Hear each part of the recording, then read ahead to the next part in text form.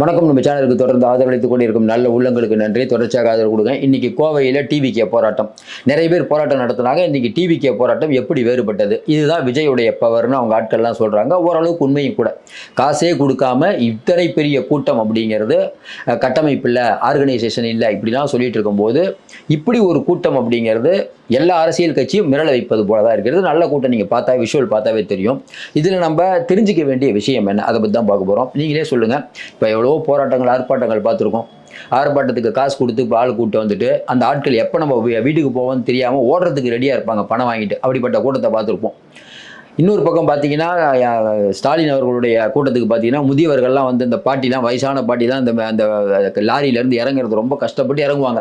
இது அந்த வீடியோலாம் பார்த்துருப்போம். ஆனால் இன்றைக்கி சொன்ன உடனே இவ்வளோ பெரிய கூட்டம். ஏன்னா இன்றைக்கி கூட்டம் கூடுவது அப்படிங்கிறது சாதாரண விஷயம் இல்லை. எல்லாத்துக்கும் ஒரு அமௌண்ட் இருக்குது. அப்போ கோயம்புத்தூரில் நேற்று நடந்த அந்த நிகழ்ச்சி, அதனை தொடர்ந்து சுட்டு பிடித்தது எல்லாம் நம்ம பார்த்துருக்கோம். இருந்தாலும் இன்றைக்கி மக்கள் மத்தியில் திமுக ஆட்சி மீது ஒரு பெரிய ஒரு கோபம் இருக்கிறது. அப்படிப்பட்ட நேரத்தில் இன்றைக்கி டிவிகேவுடைய போராட்டம். ஏன்னா நேற்று வந்து வானதி அவர்கள் தலைமையில் தீப்பந்தம் போராட்டம் நடத்துனாங்க. நீங்கள் எண்ணி பார்த்தீங்கன்னா நமக்கு தெரிஞ்சு 75 பேர் இருந்தாங்கன்னு நினைக்கிறேன் மொத்தமாகவே. இன்றைக்கி பார்த்தீங்கன்னா டிவிகேவோட கூட்டம் வந்து சரியான கூட்டமாகுது. அப்போ திமுகவுக்கு சவால் வர்ற மாதிரி இன்றைக்கி டிவிகே வளர்ந்துருச்சான்னா, இன்றைக்கி வந்து அது தேர்தல் நேரத்தில் தெரியும்னு சொன்னாலும் கூட்டம் இருக்குது அப்படிங்கிறது உண்மை. திமுகவுக்கு இருக்கிற மாதிரி இன்றைக்கி டிவிகே ஒரு பெரிய கூட்டம் இருக்குது. என்ன ஒன்று, அது ஆர்கனைஸ் கூட்டமாக இருக்கா இல்லையாங்கிறது சந்தேகம். ஒன்றுமானா திண்டுக்கல்லில் கொஞ்ச நாளைக்கு முன்னாடி அங்கே இருக்கக்கூடிய மாவட்ட செயலாளர் அரெஸ்ட் பண்ணிட்டாங்க. பார்த்தீங்கன்னா ஸ்டேஷனில் பக்கத்து தெருவு இந்த விஜய் ரசிகர்கள் அவங்கெல்லாம் வந்துட்டாங்க. இப்போ திமுக கைது பண்ணிங்கன்னா திமுக ஆட்கள் வருவாங்க. அதிமுகவுடைய வட்ட செயலாளரை கைது பண்ணால் வட்டம் மாவட்டம் எல்லாம் வருவாங்க. ஆனால் இங்கே அப்படி இல்லை. இவங்க மொத்தமாக திரண்டு வந்துடுறாங்க. அதுக்கப்புறம் பார்த்தீங்கன்னா இவங்களுக்கு வந்து வழக்கறிஞர் அணி இருக்கான்னு கேட்டாங்க. வழக்கறிஞர்லாம் இருந்து ஜாமீன்லாம் எடுத்தாங்க. அப்போ ஒவ்வொரு விஷயமாக விஜய் பலப்படுத்தி வரக்கூடிய நிலையில் அவருக்கு இருக்கக்கூடிய மிகப்பெரிய பலமே இந்த கூட்டம் தான்.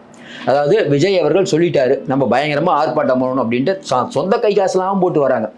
இது வந்து 1970 திமுகவில் பார்க்க முடியுது. டீ குடிக்காமல் கூட வேலை பார்ப்பாங்க திமுக தொண்டர் அப்படிம்பாங்க. அது அப்போ திமுக. இன்றைக்கி அதே போல் டிவிகே இருக்கிறது அப்படிங்கிறதுல மாற்று கருத்து இல்லை. உங்களுக்கு ஏதாவது மாற்று கருத்து இருந்தால் சொல்லுங்கள். இன்னும் சொல்கிறோம். இப்போ விஜய் அவர்கள் சொல்கிறார்ல, தொடர்ந்து வந்து விவசாயிகளுக்கு அநீதி, பெண்களுக்கு அநீதி, அரசு ஊழியர்களுக்கு அநீதி, ஆசிரியருக்கு அநீதி, டாஸ்மார்க் ஊழியர்களுக்கு அநீதி, இன்னும் பார்த்தீங்கன்னா இயற்கை அப்படிங்கிற ஒன்று சீற்றத்துக்கு வந்து இன்றைக்கி வந்து இவங்க வந்து நம்ம சதுப்பு நேரத்தில் வந்து பில்டிங் கட்டி, இன்னொன்று பணி நியமன ஆணை வந்து கவர்மெண்ட் ஜாப் வந்து இன்றைக்கி விற்பனைக்கு கூட்டுறவுத்துறையிலேருந்து அந்த துறை இந்த துறை எல்லாத்துலேயுமே, அதுக்கப்புறம் லாக்அப் டெத் சொல்லிக்கிட்டே போகலாம். இன்னொன்று நிதி நிலைமை இல்லாமல் தள்ளாடி கொண்டு இருக்கிறார்கள். இப்படியே அப்புறமா குண்டும் குழியுமான சாலைகள், அதுக்கப்புறம் 4000 கோடி இவங்க வந்து அந்த வெள்ள நிவாரணத்துக்கு பண்ணன்னு சொல்லி அதில் முறைகேடு, இப்படி தொடர்ச்சியாக எல்லா விஷயத்திலும் அம்பலப்பட்டு இருக்கக்கூடிய ஒரு அரசு பணத்தை மட்டும் வச்சு கட்டமைப்பை மட்டும் வைத்து ஜெயிச்சு விட முடியுமா? இன்னொரு பக்கம் அதிமுகவுடைய சாதனைகளை மட்டும் சொல்லி ஜெயிக்க முடியுமா? நீங்களே உங்கள் கமெண்ட்டில் சொல்லுங்கள்.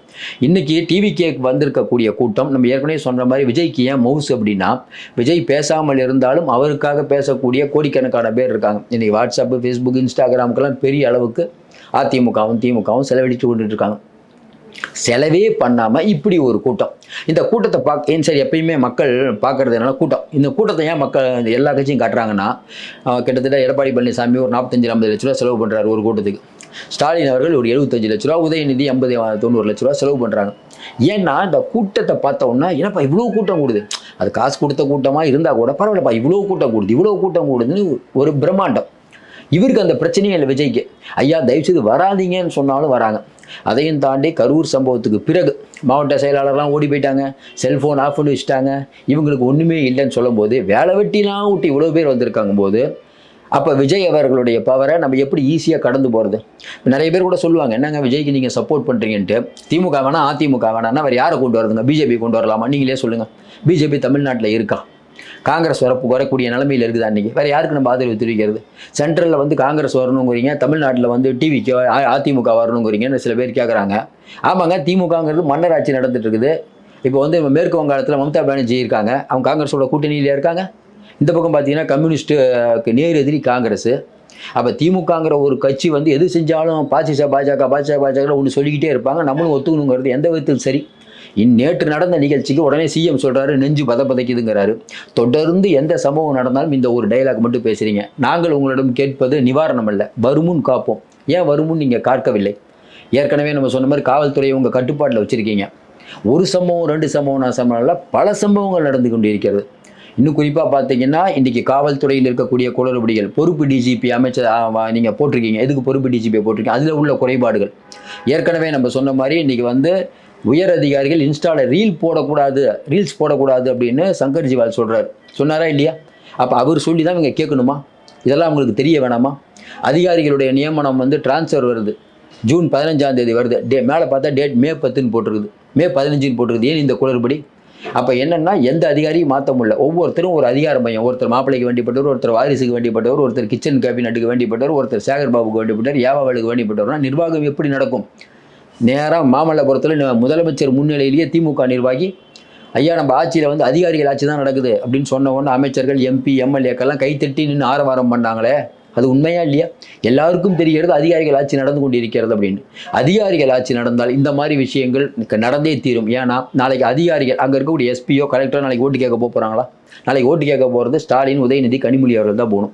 ஆனால் இதெல்லாம் தெரியாமல் முதல்வருக்கு வெளியில் என்ன நடக்குதுன்னே தெரியாமல் இருக்கார். கேட்டால் யாரும் குறை சொல்ல முடியாத ஆட்சிங்கிறாரு. நிலைவத்துவான்கள் மாதிரி கூட்டணி கட்சிகள் அவங்க பல்லவி பாடிட்டு இருக்காங்க. நிலைவத்துவான்கள் இதை பெரிய அளவுக்கு கண்டித்திருக்க வேண்டும். ஆனால் செல்வ பிறந்தகை சொல்கிறார், அந்த மாணவிக்கு உரிய மருத்துவ செலவை தமிழக அரசு ஏற்க வேண்டும்ங்கிறாங்க. ஃபஸ்ட்டு நீங்கள் என்ன சொல்லணும்? எவ்வளவு கண்டிக்கணும்? இது ஒரு மோசமான நிகழ்வு. இந்த ஆட்சி வெட்கி தலைகுனிய வேணாமா? ஒரு சம்பவம் 2 சம்பவம் ஞானசேகரன் பிரச்சனை இப்போ தான் ஓஞ்சது. இந்த சம்பவம் காலையில் விஜயோடைய அறிக்கை உண்மையிலே நல்ல அறிக்கை. நேற்று நம்ம சொல்லியிருந்தோம் நம்ம பேசும்போதே, விஜய் அவர்கள் கட்சி கண்டிப்பாக இதற்கு ஒரு பெரிய போராட்டம் நடத்தணுங்கிறாங்க. இன்றைக்கி அனைத்து கட்சிகளும் போராட்டம் நடத்துனாங்க. அதில் மிக மிக கவனம் ஈர்த்தக்கூடியது டிவிகேவுடைய போராட்டம். எந்த விதமான காசே கொடுக்காம இவ்வளோ பேர் திரண்டு இருக்கும்போது இவர்களை நம்பி ஏன் விஜய் தேர்தலில் நிற்கக்கூடாது? விஜய் தனிச்சு நிற்கிறார்னா அவருக்கு தைரியம் கொடுப்பது எது? இந்த மாதிரி விஷயங்கள் தான். ஏகப்பட்ட மக்கள் வராங்க. இன்னும் குறிப்பாக பார்த்தீங்கன்னா கை காசு எடுத்து நிறைய பேர் செலவு பண்ணுறாங்க. இவர்களை வந்து பணம் கொடுத்து நீங்கள் வந்து மாற்றி ஓட்டு போட வைக்க முடியுமா? இல்லை தேர்தல் நேரத்தில் வந்து வாக்குச்சாவடியில் வந்து ஒரு முகவரை போட்டிருக்காங்க, அதிமுகவும் திமுகவும் 2 பேரும் வந்து 100 பேருக்கு ஒரு ஆள் போட்டிருக்காங்க. அந்த ஒருத்தர் வந்து 100 பேர்கிட்ட டெய்லி பேசி விஜய் கட்சிக்கு ஓட்டு போடுற மாதிரி இருந்தால் அதிமுகவுக்கு போடுங்க, இல்லை திமுகவுக்கு போடுங்கன்னு மாற்றிடுவாங்கன்னு சொல்கிறாங்க.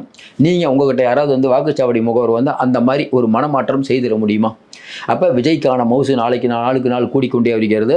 அடுத்து அவர் கூட்டத்தில் பெரிய அளவுக்கான கூட்டம் கூடும். நம்ம ஏற்கனவே சொன்னோம், போன தடவையே 3,82,00,000 பேர் டிவிலேயே பார்த்தாங்க. அப்போ அடுத்த கூட்டம் பிரம்மாண்டமாக இருக்கும். ஒரு பக்கம் பாசிசத்தையும் இன்னொரு பக்கம் பாயாசத்தையும் வெளுன்னு வெளுத்து விட்டுட்டு இருக்காரு. எல்லா விஷயத்துக்கும் இப்போ குரல் கொடுக்கறத நம்மளால் பார்க்க முடியுது. இது போய் நமக்கு தெரிஞ்சு இது கூட பார்த்தா இன்னும் ஆக்ரோஷமாக இறங்க வேண்டும். நம்ம நேற்று சொல்லியிருந்தோம், விஜய் மட்டும் ஒரு அறிக்கை இந்த இதுக்கு விட்டு போராட்டம் நடத்தியிருந்தா அதிர்ந்துருவாங்கன்னு. இன்னைக்கு கோவையை அதிரக்கூடிய அளவுகள் பண்ணிட்டு இருக்காங்க. இது வந்து மக்கள் பிரச்சனைகள் தொடர்ந்து குரல் கொடுத்திருந்தால் மக்கள் இவர்களை கைவிட மாட்டார்கள். நம்ம நிறைய அண்மை தகவலை தொடர்ந்து கொடுத்துட்டு இருக்கோம். தொடர்ந்து ஆதரவு கொடுங்கள். மீண்டும் சந்திப்போம். நன்றி, வணக்கம்.